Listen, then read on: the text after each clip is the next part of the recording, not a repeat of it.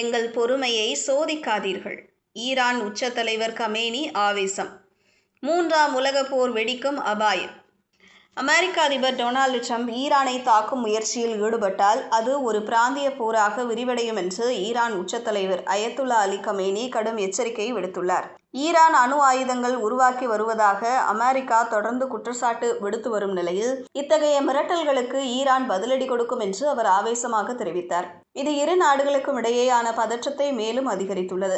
Ali Khamenei தனது உரையில், எங்களை சீண்டினால் ஈரானிய தேசம் மிக கடுமையான பதிலடியை தரும் என்று உறுதியாக கூறினார். ஈரான் அணு ஆயுத திட்டத்தை தொடர்ந்து முன்னெடுத்து வருவதாக அமெரிக்கா குற்றம் சாட்டி வரும் சூழலில் இந்த எச்சரிக்கை அமெரிக்காவின் அழுத்தங்களுக்கு ஈரானின் தைரியமான பதிலாக பார்க்கப்படுகிறது. பசிபிக் மற்றும் மத்திய கிழக்கு பகுதிகளில் அமெரிக்காவின் செல்வாக்கை எதிர்க்கும் வகையில் ஈரான் தனது நிலைப்பாட்டை வலுப்படுத்தி வருகிறது. இந்த சம்பவம் மத்திய கிழக்கில் பிராந்திய அமைதியை கேள்விக்குறியாக்கியுள்ளது. ட்ரம்ப் நிர்வாகம் ஈரான் மீது கடுமையான தடைகளை விதித்து வரும் நிலையில் கமேனியின் இந்த எச்சரிக்கை அமெரிக்காவின் அடுத்த கட்ட நடவடிக்கைகளை பாதிக்கலாம் என்று அரசியல் வல்லுநர்கள் கருதுகின்றனர்.